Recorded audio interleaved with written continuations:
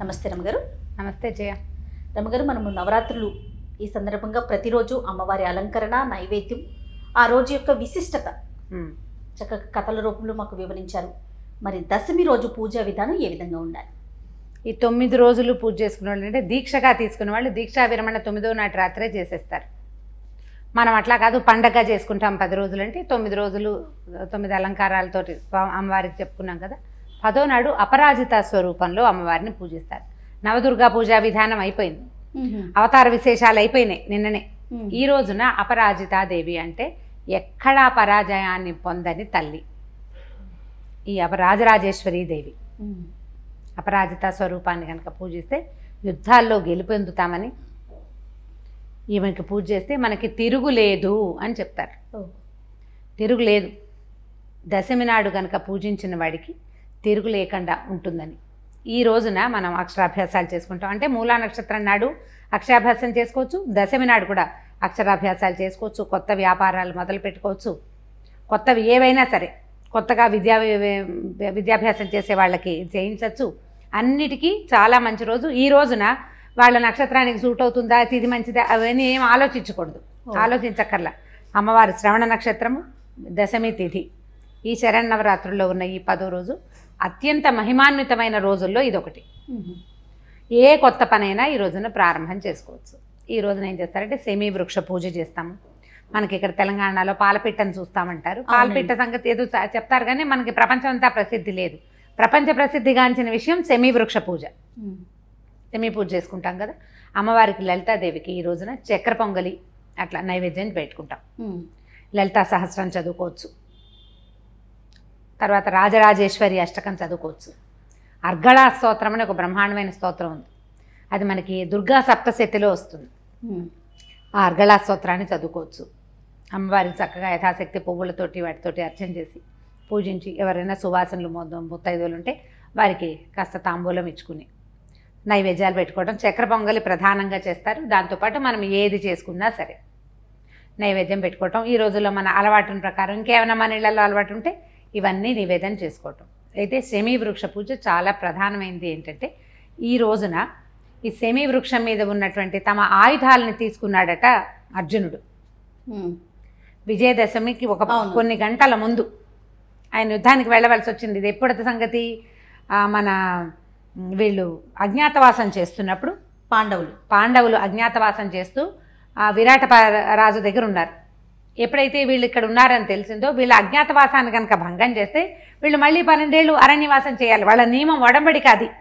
అందుకని అజ్ఞాతవాస భంగానికి ప్రయత్నించినటువంటి కౌరవులు ఈ విరాటుని యొక్క గోగ్రహణం చేశారు. ఆవుల్ని లాగేసుకున్నారు. వాళ్ళకి ఆవులే వాళ్ళ ప్రధానమైన పశు సంపద ఎక్కువ. ఉత్తర గోగ్రహణం, దక్షిణ గోగ్రహణం అది లెక్క. ఒక దిక్కు నుంచి ఒకళ్ళు, ఇంకో దిక్కు నుంచి ఇంకొకళ్ళు లాక్కెళ్ళారు. అయితే ఒక దిక్కుకి మిగిలిన మా జనం అంతా వెళ్ళారు యుద్ధం చేయటానికి. ఇక సభలో ఇక్కడ మిగిలింది, ఊళ్ళో మిగిలింది ఉత్తర కుమారుడు, ఒక రాజకుమారుడు తప్పిస్తే ఇంకెవరు లేరు. రెండో వైపున గోవులు ముట్టడిచ్చేశారు. ఇప్పుడు యుద్ధానికి వెళ్ళాలంటే ఎవరు మిగిలారు? రాజకుమారుడే ఉన్నాడు. ఆయనకి సారథిగా వెళ్ళటానికి బృహన్నలగా స్వరూపంలో ఈ అంతఃపురంలో నాట్యాచార్యుడుగా ఉన్న అర్జునుడిని పంపించారు. ఆయన కొంచెం తోలటం వచ్చని చెప్పింది సైరంధ్రిగా ఉన్న ద్రౌపదీదేవి. ఈయన ఉత్తర కుమారుడిని ఎక్కించుకుని వెళ్ళి, ఉత్తర కుమారుడు భయపడి పారిపోదామనుకున్నాడు. యుద్ధం చేయలేను నేనంటే, కాదు నువ్వు ఆ వృక్షం వైపుకు పోనివ్వమని చెప్పి అక్కడికి వెళ్ళాక తన ఆయుధాలని తెప్పించుకున్నాడు కిందకి. వాళ్ళు వెళ్ళేటప్పుడు ఏం చేశారంటే సెమీ వృక్షానికి నమస్కరించి, మా ఆయుధాలని నీ మీద దాచిపెడుతున్నాము, వాటిని మేము మాకు తప్ప రెండో వాడికి ఆయుధంగా కనపడనివ్వద్దని వృక్షానికి ప్రార్థన చేశారు. చెట్టుని పూజించటం అనేది ఎంత పాత విధానమో చూడండి. అప్పుడు దాచిపెట్టారు. దాచిపెట్టిన ఆయుధాలని తీసుకున్నాడు. తన ఆయుధాన్ని స్వీకరించగానే ఆయనకి స్వస్వరూపం వచ్చేసింది.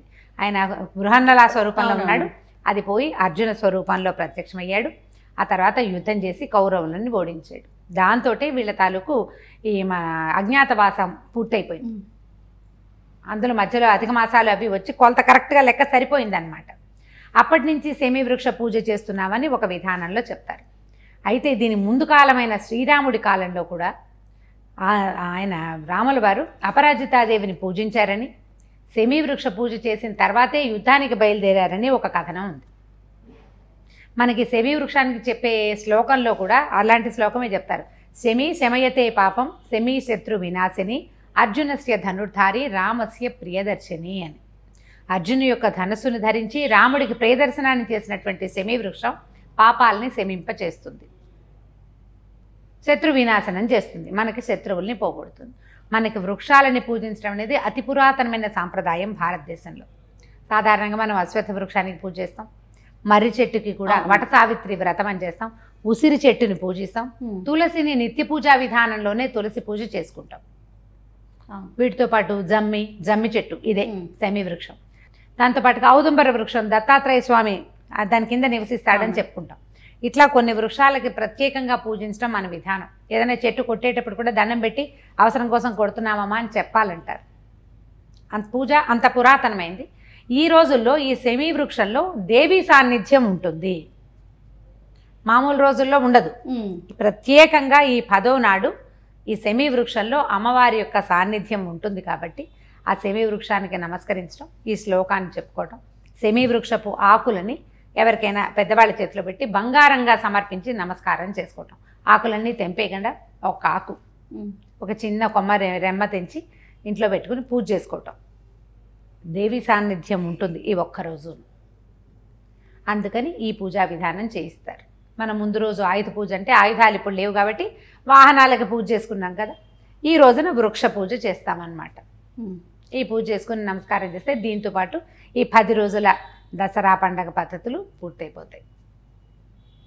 శమీ వృక్షానికి నమస్కరించండి. ముందు జమ్మిని గుర్తించండి, అది జమ్మి చెట్టుని గుర్తించాలి. మనం గుర్తుపట్టాలిగా ఆ చెట్టుని. రావి చెట్టు గుర్తుపడతాం, తులసి చెట్టు తెలుసు కదా, మర్రి చెట్టు తెలుసు, ఔదుంబరాన్ని కూడా గుర్తించగలుగుతున్నాం.